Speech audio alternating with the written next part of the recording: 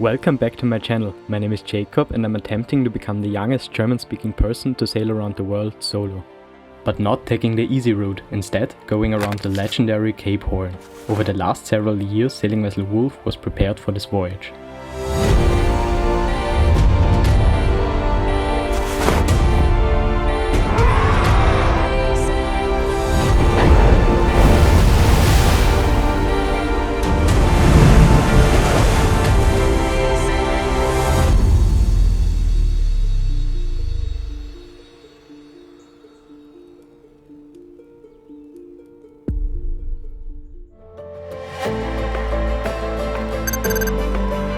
After leaving the Netherlands 2 weeks ago, we almost made our way out of the English Channel, with already a lot of challenges underway.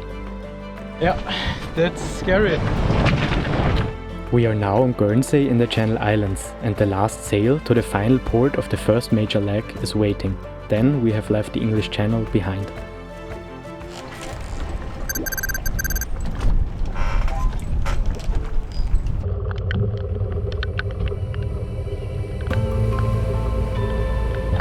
After docking off from the Victoria Marina, I first motored to the fuel station on the other side of the harbour, to take advantage of the tax-free fuel prices on the island.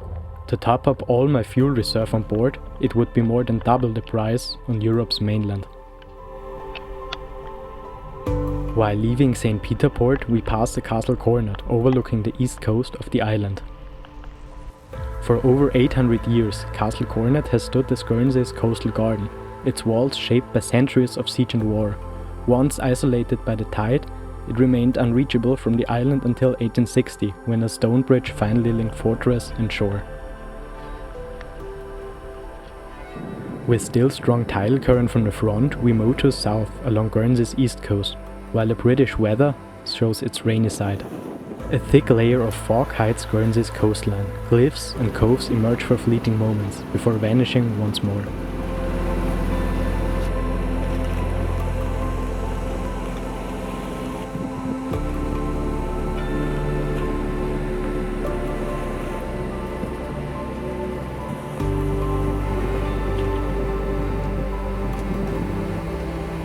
And with leaving Guernsey behind, we make our way into the first night at sea.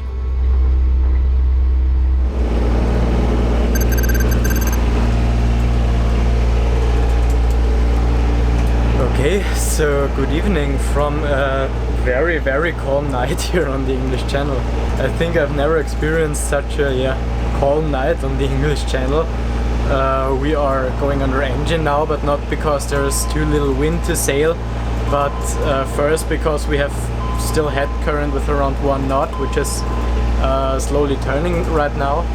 And secondly, I need to charge my batteries a bit, because the days in Guernsey I didn't have a shore power connection, and there was only 1 day with a bit of sun, so the solar panels didn't generate that much of electricity. But yeah, we are going under engine now. I'm here below deck. The diesel heater is running and making it beautiful warm in here.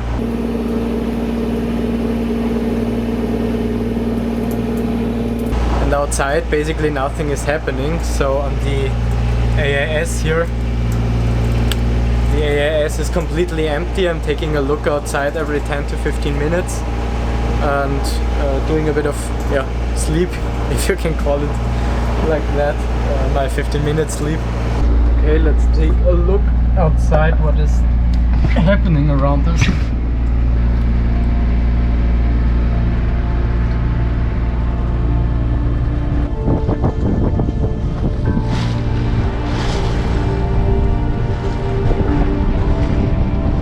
So it seems like the current is finally turned, or is pretty neutral right now.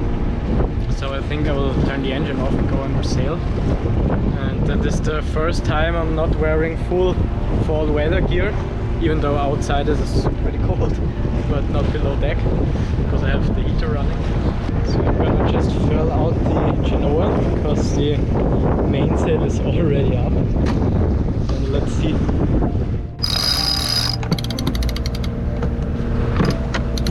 And with that we are under sail, doing around 4.5 knots, which should go up as the current turns to around 2 knots from the back, so we should go up to 6 knots theoretically over ground. And it just started to rain. So I think I'm gonna go back below deck. Absolutely nothing happening. Beautiful.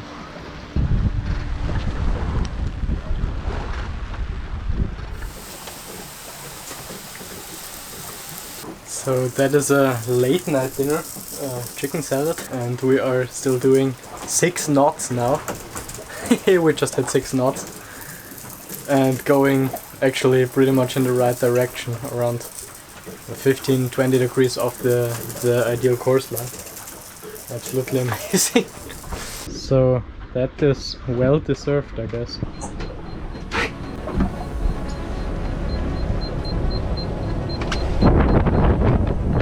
Okay, so I don't know what exactly happened right now, but I was excited a bit too early. I think we just passed through a front or a squall or something like that because it rained. It was raining 15 minutes ago, and when I was cooking my dinner below deck, the boat suddenly heeled over, I don't know, 50 degrees or something, that everything flew around below deck, and I had full sail up. So I thought with the second reef right now and have the chip furled back to the size of a storm chip basically, that are 25-30 knots or something. But it's slowly getting less again, so I think that was just a front which passed through.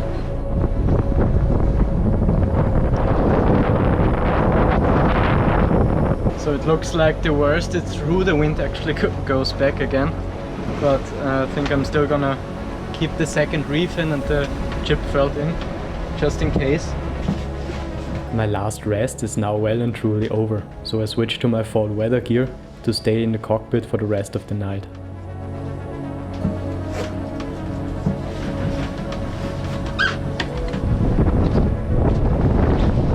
Okay, so I can see a lighthouse from the shore there. So definitely time to go to come up in the cockpit again.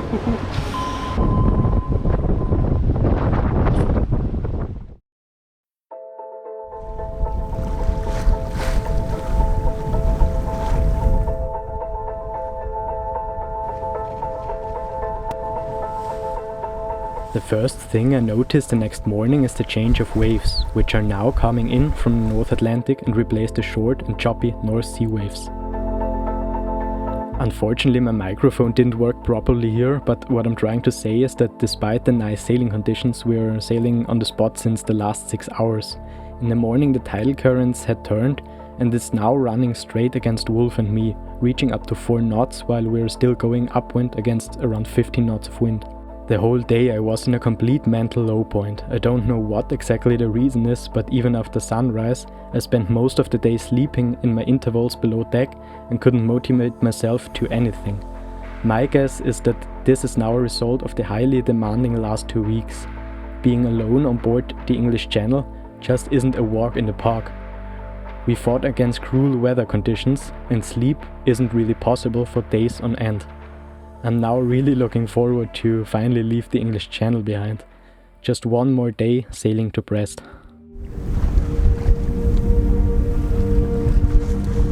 The waves now change to the long ocean swell coming in from the North Atlantic.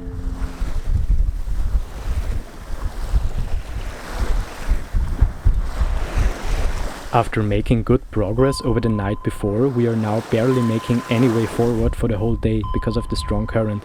And this is not doing any good for my morals. In the afternoon, I ultimately decide to head into Roscoff on the French coast to get some rest over the coming night. On the way to the coast, a dolphin appears on our bow wave again for the second time on this journey now.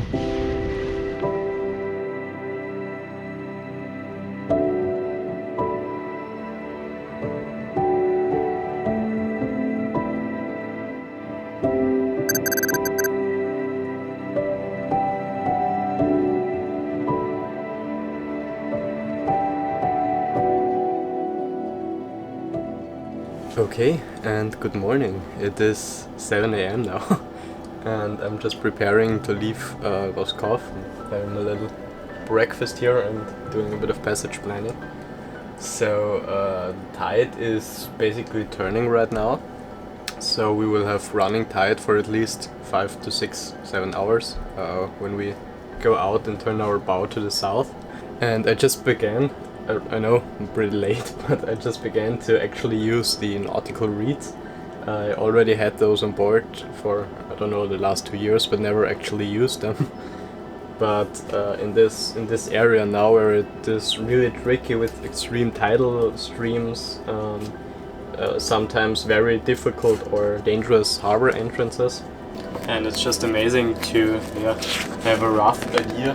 That is Brest, for example, having a rough idea of a port or of an entrance or things you should pay attention to before entering the harbor.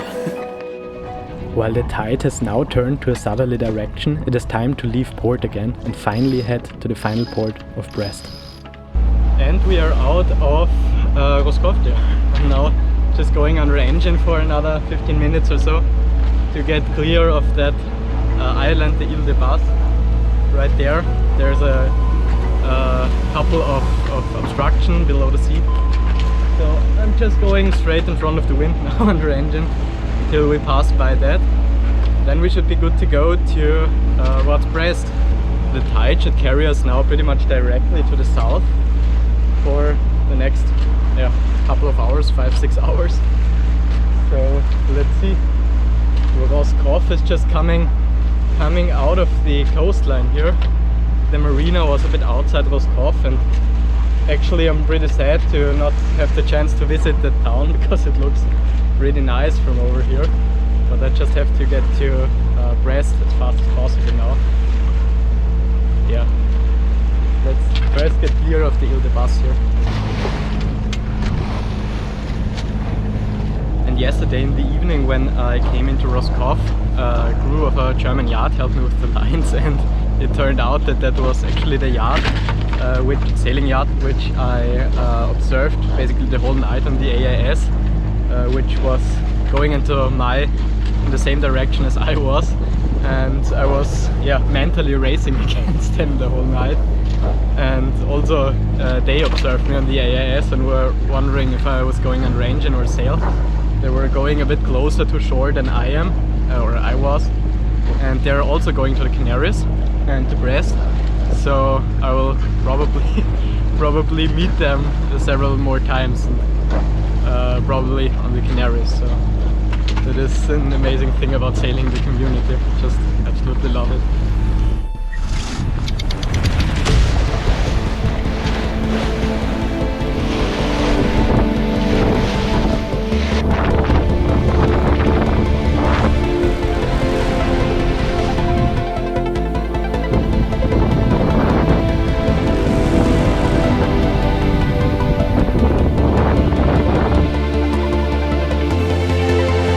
We passed the lighthouse Ile de Basse, which got its name from the same island.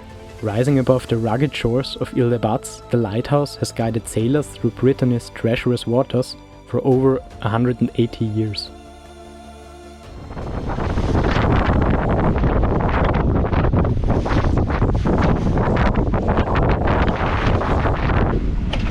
Soon the wind picks up and I reduce Wolf's sail area into the first reef.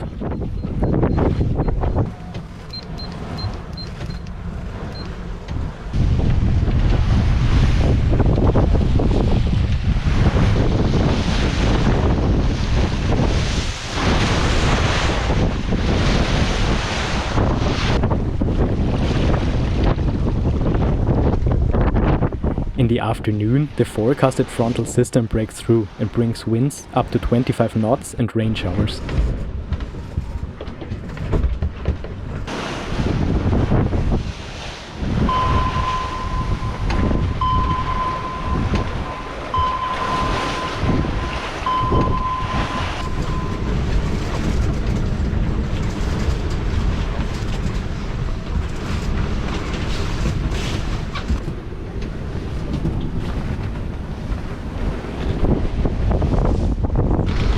Okay, well, I guess we're up on around 30 knots again.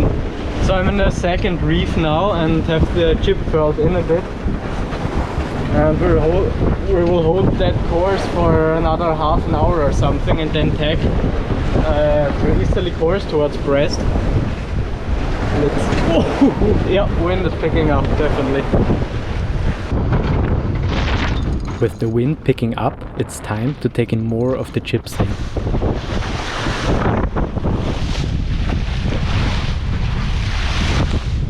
The waves are now really gaining height as they are coming in from the open Bay of Biscay.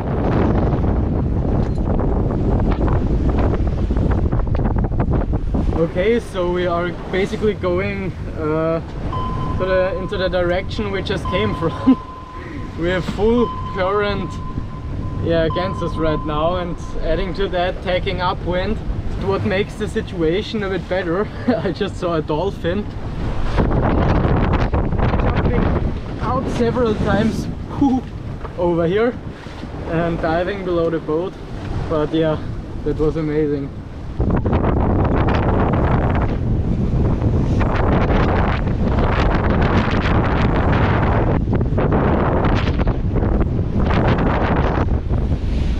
After the current has turned and is coming into the English Channel again, we barely make any progress towards Brest for the last hours, while the conditions became more and more unpleasant.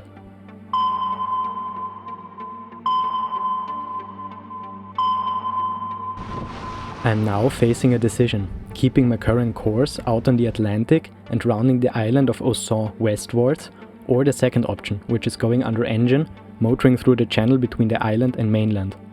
I decide on the second option, without knowing that this is a big mistake.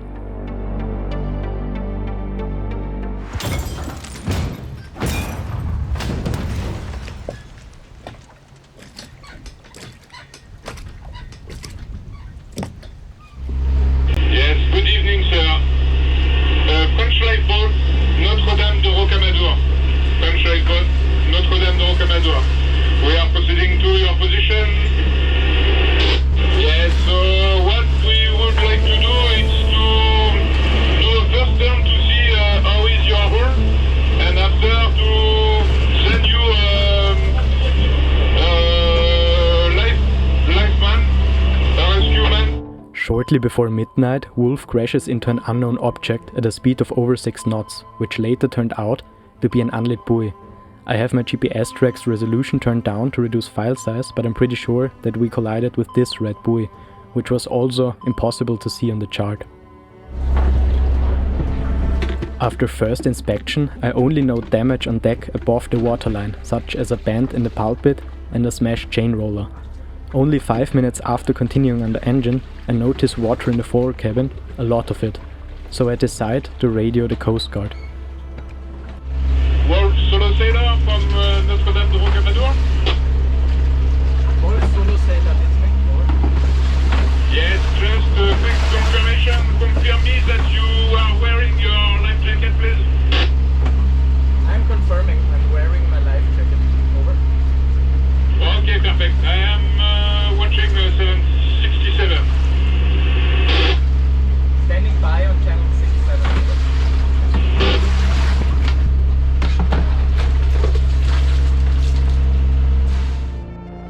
A lifeboat from the SNSM has now docked off from Camaret-sur-Mer and is heading towards us. I follow the lifeboat's progress on the AIS and also Daisy my real-time position. About 20 minutes later, they arrive at our location. After an aborted attempt to transfer a rescue swimmer with a pump on board, we decide over the VHF to take course to Camaret-sur-Mer, about an hour away. While I manage to keep the water increase under control by myself, the lifeboat follows us close behind, while Wolf is running under engine and autopilot. Just after reaching the sheltered waters of the bay in front of Camaret, it's possible to transfer a pump on board. This night, at about 0300, Wolf gets emergency hauled out by the local boatyard. The next morning feels surreal. After being hauled out the night before, the aft cabin is still mostly dry and I go to bed. From the moment of the collision until going to bed, it still doesn't feel real. Like I fell asleep and just dreaming this. I really hoped that this was the case, but waking up the morning proved me that this was a fact and reality.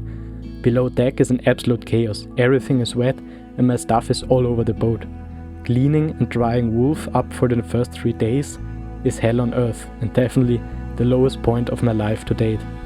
After 3 days she is finally cozy and livable again. This brings up my morals and I begin to plan the next steps. Okay, good morning. It is pretty cold.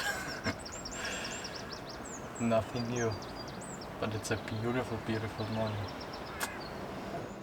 I know one thing for sure. I'm getting out there again.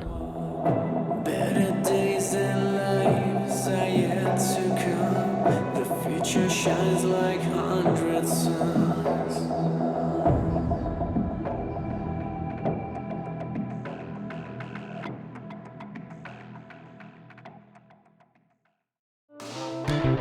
After this massive setback, the next episode is all about getting back on course.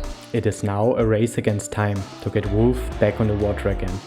Or this was it.